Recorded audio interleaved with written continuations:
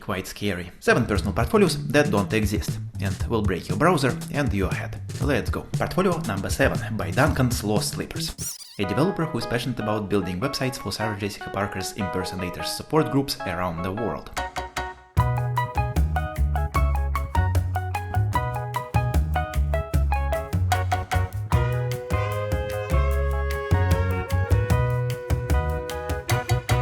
Wait, what the f is that? Hi here, Phil, there you go. This is the English channel. And this is the channel where I try to remind myself what Think Different really is. Tim, many of you mentioned that you get inspired by personal portfolio websites that we'll look at here. I might have discovered a new place where we can get inspiration from. You can even steal from there and nobody would know. Imagine that wonderful world. So, you can get inspiration from websites that don't exist. Portfolio number 5, not a portfolio, was not made by an alien. I discovered that certain prompts entered in ChatGPT will make it produce weird, insane and surprisingly creative designs, which I've never seen before on any of the portfolio sites that I've looked at, and I've looked at a lot. So, portfolio number 7 was not created by Duncan Slow Slippers, a developer who is passionate about building websites for Sarah Jessica Parker's impersonators support groups around the world. It was built by ChatLSD from the following 2 prompts. Prompt 1. Use the following images to write an absolutely insane personal portfolio website in a single HTML file, using unconventional, crazy, unintuitive CSS4 with animations, transitions, colors, and 3D transforms. And then the prompt 2. This CSS is not crazy enough, make it absolutely mental. CSS already gives us the third dimension at no extra cost, and we don't have to do any complex WebGL to explore it creatively. Why do we use CSS 3D transforms so rarely? Here's the CSS transformer built with CSS transforms. Michael Bay would have been proud. Let's look at the rest of the sites now. Portfolio number 6 by Forrest Shitbrother, an illustrator who is passionate about drawing portraits of deranged dictators. Break out your bad, baby, break out your bad. Break out your bad, baby, break out your bad. Me not a bolos popping up again. Me bomo clat, baby, not again. Break out your bad, baby, break out your bad. Break out your bad, baby, break out your bad. Tell me honestly, when was the last time you used the CSS filters?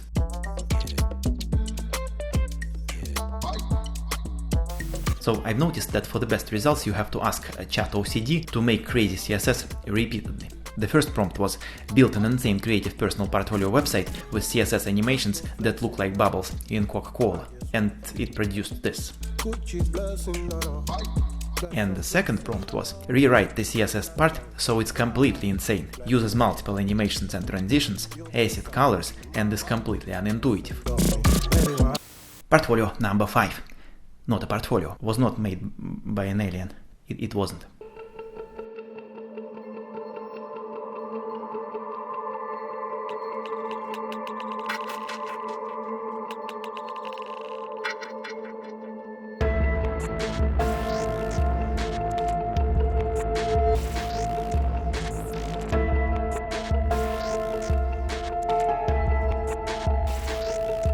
This one is actually quite scary. I think it's exactly the thing that scares me about the AI. I think this is exactly the thing that scares me about the AI the most, having a weird mind of its own. The prompt for this was, write an absolutely crazy mental CSS that looks like glimmering fireplace coals in the dark night.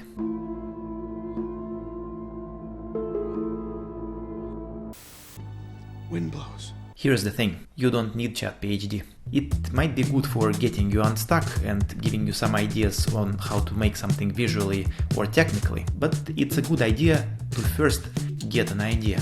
And one of the places you can get great ideas from is And one of the great places you can get great ideas from is Mother Nature. What's a portfolio website that looks like wind, like water, a waterfall, ice, fire, glimmering coals, tittering walls?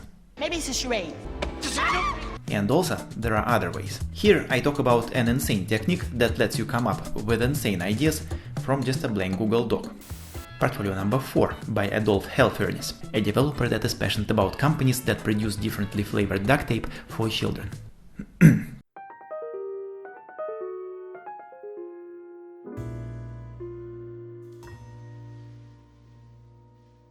Good things come to those who wait. That's what they say. But I've been waiting far too long for some good to come my way. Here's the thing, I'm not scrolling.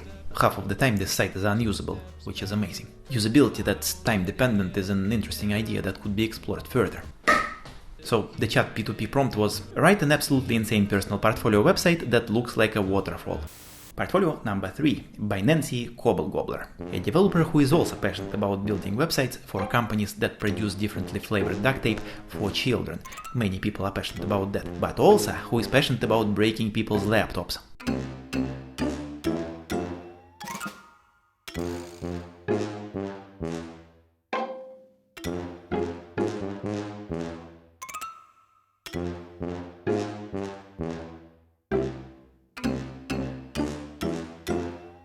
This looks horrible, and it will also break your browser because of the amount of transforms and shadows that's in it.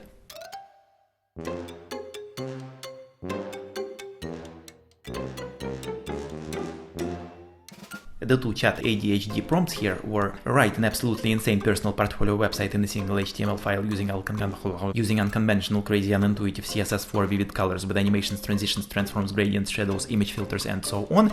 And the second one was, not crazy enough, make CSS completely mental.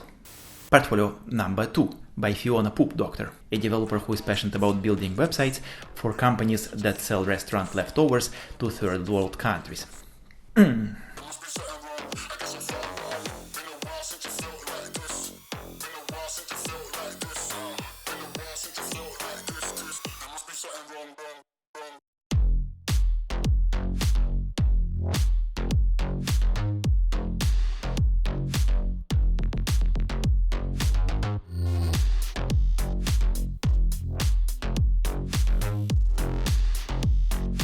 This one was actually made in a different way. Here I actually had an idea of what the website should look like and coded it by not using a single line of code. Instead, I wrote many chat HTTP prompts and almost died out of tedium. Horrible.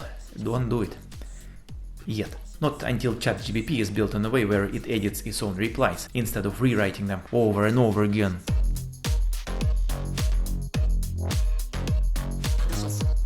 And finally, a short-faced raccoon. And finally, portfolio number 1 by Anakin Swineblaster, yet another web developer who is passionate about building websites for Sarah Jessica Parker's impersonators support groups around the world. It's a very competitive environment.